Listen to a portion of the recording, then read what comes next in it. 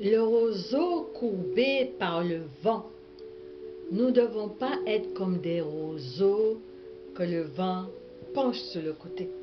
Mais nous devons être des ambassadeurs et des ambassadrices de Christ. Que devons-nous faire pour accomplir l'œuvre de Dieu? Posons-nous cette question. Posons-nous cette question. Que dois-je faire pour faire la volonté de Dieu? Dieu nous demande pour le moment de croire en lui et de lui faire confiance en tout temps. De demeurer toujours en lui dans son amour. Et il sera toujours présent en nous, en vous. Vous qui ne connaissez pas encore Christ, sachez qu'il est toujours là pour vous aider dans votre démarche avec lui. Mais pour ceux qui connaissent Christ, ils doivent se lever pour travailler pour lui. Il y a beaucoup de travail, mais peu d'ouvriers.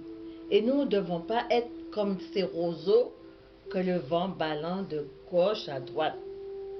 L'œuvre de Dieu est de faire comme il nous dit, de faire toute sa volonté. Demeurez en moi et je demeurerai en vous, dit l'Éternel. Comptez tout ce temps perdu que vous passez avec l'homme dans votre travail quotidien. Vous êtes au travail, vous faites ce que votre patron vous dit, vous allez en week-end, vous faites ce que vous voulez, mais où est le temps que nous avons, que vous avez pour Christ? Combien de temps vous passez-vous avec Christ dans son travail de faire comment faire ce qu'il vous dit de faire? Est-ce que vous pensez à parler de lui de gauche à droite, de parler de Jésus-Christ dans votre bureau, un peu partout, quand vous avez l'occasion? Comptez tout ce temps perdu que vous donnez pour l'homme et qui n'est pas pour Dieu. Vous devez faire passer Dieu en premier, car il est un Dieu jaloux. Ne vous fiez point et surtout ne vous appuyez pas sur un roseau courbé par le vent, car toute chair est comme l'herbe et tout son état comme la fleur des champs. Ésaïe 40, verset 6 qui le dit. Ne vous fiez point et surtout ne vous appuyez pas sur un roseau courbé par le vent, car toute chair est comme l'herbe et tout son état comme la fleur des champs. Ne vous appuyez pas sur l'homme, vous serez toujours trompé si vous regardez à leur apparence. Surtout, ne regardez pas à l'apparence de l'homme. Ne regardez pas celui qui a des belles choses, parce que vous ne savez pas comment il a pu se procurer ces choses. Mais appuyez-vous sur Jésus-Christ. Faites l'œuvre de Dieu. Faites tout ce qu'il vous dit de faire. Il y a beaucoup de travail, mais peu d'ouvriers.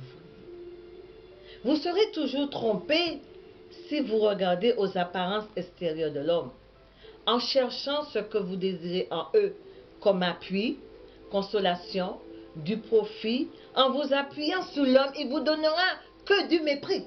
Parce que en vous appuyant sur ce qu'il est, comment il fait, vous risquez de tomber. Et la parole de Dieu dit, attention de ne pas trop raconter vos œuvres aux autres, car c'est du mépris que vous allez ramasser. Ne jetez pas vos perles au ponceau, merci Seigneur de cette parole. Ne jetez pas vos perles au ponceau, car après il vous enverra des pierres. Faites attention, en vous appuyant sur l'homme, vous recevrez que du mépris. Mais en attendant, mettez votre confiance en Dieu et travaillez pour l'Éternel. S'il y a quelque chose que vous ne comprenez pas, agenouillez-vous et demandez à Dieu de vous aider. Vous serez toujours trompé si vous regardez aux apparences extérieures de l'homme en cherchant ce que vous désirez en eux comme appui, consolation, du profit. En vous appuyant sur l'homme, il vous donnera que du mépris. Par contre, si vous cherchez Jésus-Christ, vous ne serez jamais déçus. Il vous recevra les bras grands ouverts. Alléluia. Demeurez en Jésus-Christ, cherchez sa face pendant qu'il est encore temps. Pendant que la porte de la grâce est ouverte, cherchez la face de Dieu, travaillez pour lui et demeurez en lui chaque instant. Si quelqu'un ne demeure pas en moi, il est jeté dehors comme le sarment, et il sèche, puis on ramasse le sarment, on les jette au feu, et ils brûlent. C'est Jean 15, verset 6 qui le dit. Si quelqu'un ne demeure pas en moi, il est jeté dehors, comme le sarment, et il sèche.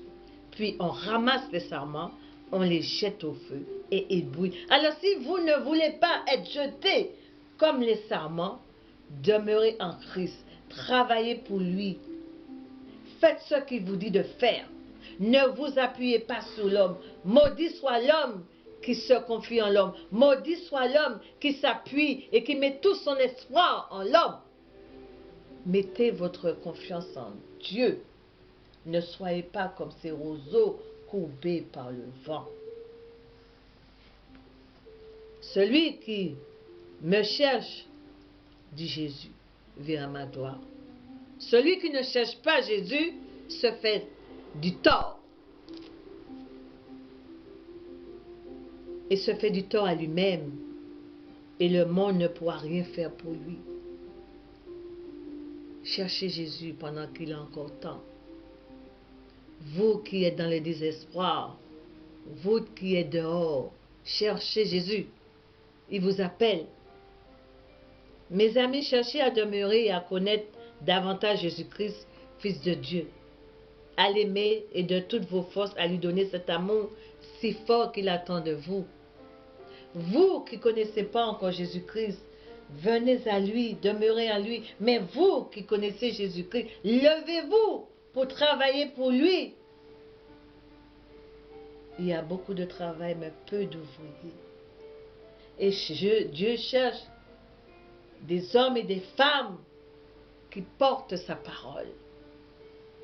Demeurez en Christ et lui demeurez en vous. Il est l'alpha et l'oméga. Tout ce qu'il dit et fait est sincère. C'est nous qui ne sommes pas sincères. Mais Christ demeure toujours sincère. Il a toujours les yeux fixés sur nous. Il a toujours les yeux fixés sur vous. Il vous protège de ses bras d'amour.